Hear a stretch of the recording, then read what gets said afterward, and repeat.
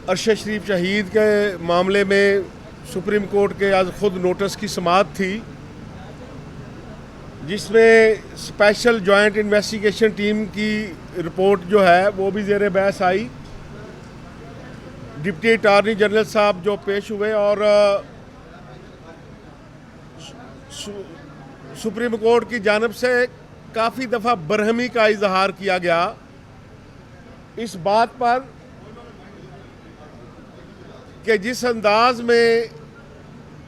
इस इन्वेस्टिगेशन को आगे बढ़ाया जा रहा है, जितना ज़्यादा टाइम इसमें किल किया जा रहा है, और ख़ुसूसी तौर पर जो हाल ही में स्पेशल जॉइंट इन्वेस्टिगेशन टीम जब कीनिया से होकर आई है और वहाँ से कोई कंक्रीट चीज़ सामने नहीं आ सकी, इस पर ऑनरेबल सुप्रीम कोर्ट की जानिब से भी मुतअद्दिद सवालात उठाए गए और ये हदायत की गई है कि फॉरेन ऑफिस के ज़रिए कीनिया की हुकूमत को पूरी तरह इस बात पर एंगेज किया जाए कि वो अरशद शरीफ शहीद के कातलों की गिरफ्तारी के हवाले से उस केस की तहकीकात को मंतकी अंजाम तक पहुंचाने के हवाले से तावन करे। अभी तक स्पेशल जॉइंट इन्वेस्टिगेशन टीम की जानिब से जो कहा गया कि वहाँ से हमें वो कोऑपरेशन नहीं मिल सका जिसकी हमें ज़रूरत थी, जिसके बाद सुप्रीम कोर्ट की जानिब से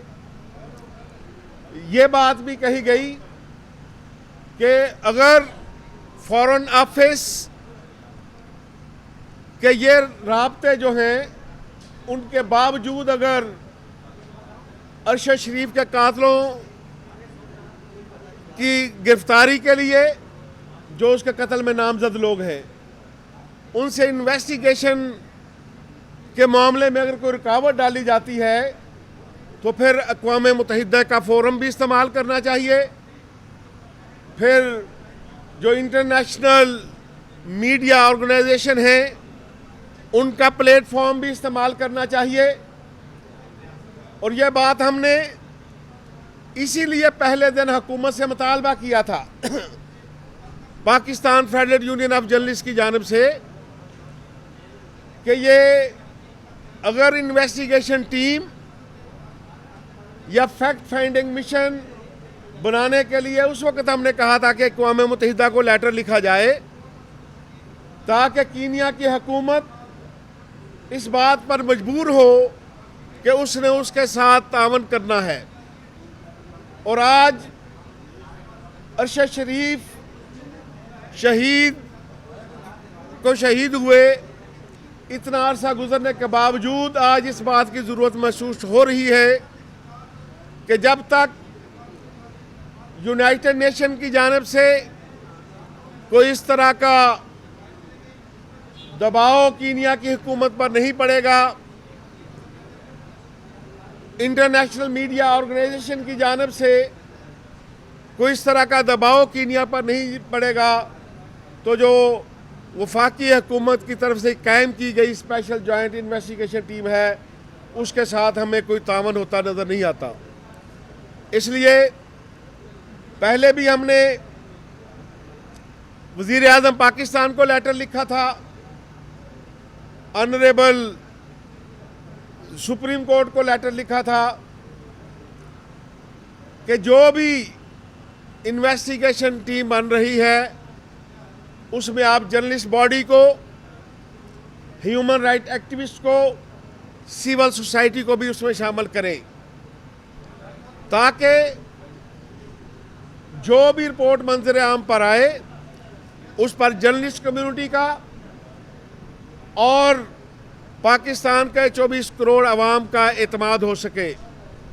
लेकिन अनफॉर्चुनेटली वफाकी हुकूमत ने उस वक्त भी हमारी इस दरख्वास्त को पजीराई नहीं बख्शी थी और आज जो बात ऑनरेबल बेंच की तरफ से आई है उसके लिए Pakistan federal union of journalist की जानिब से आज ही दुनिया भर की तमाम मीडिया ऑर्गेनाइजेशन को ये लेटर लिखा जाएगा कि जिस तरह उन्होंने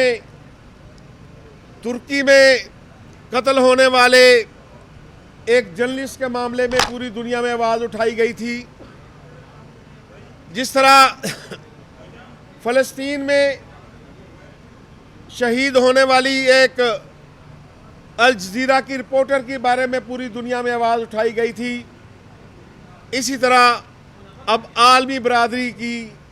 इसी तरह इंटरनेशनल जर्नलिस्ट कम्युनिटी की, यूनाइटेड नेशन की मदद की हमें भी ज़रूरत है। PFUJ को ज़रूरत है, पाकिस्तान के मीडिया वर्कर और जर्नलिस्टों को ज़रूरत है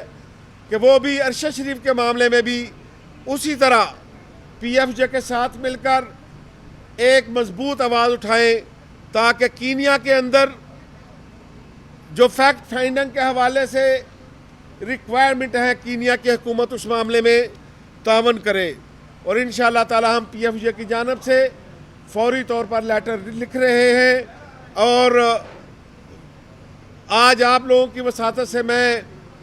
दुनिया के मुख्तलिफ ममालिक में काम करने वाले पाकिस्तान के जर्नलिस्टों से ये कहूँगा कि वो भी वहाँ अपने अपने जो कोलीग हैं उन ममालिक में उनसे बात करें कि वो भी अरशद शरीफ के इस केस को सोशल मीडिया के ज़रिए अपने अपने इदारों के ज़रिए उठाएं, ताकि कीनिया की हुकूमत पर यह दबाव डाला जा सके कि वो हमारी जो जॉइंट इन्वेस्टिगेशन टीम है उनके साथ भी तावन करे और फैक्ट फाइंडिंग के हवाले से जो अरशद शरीफ के कत्ल के कातलों तक पहुंचने के लिए रिक्वायरमेंट है वो हमें मुहैया की जाए। मैं उम्मीद रखता हूं कि इंटरनेशनल कम्युनिटी हमें उसी तरह रिस्पॉन्स करेगी जिस तरह उन्होंने फ़लस्तीन की हमारी उस जर्नलिस्ट की शहादत के बाद किया था। Thank you.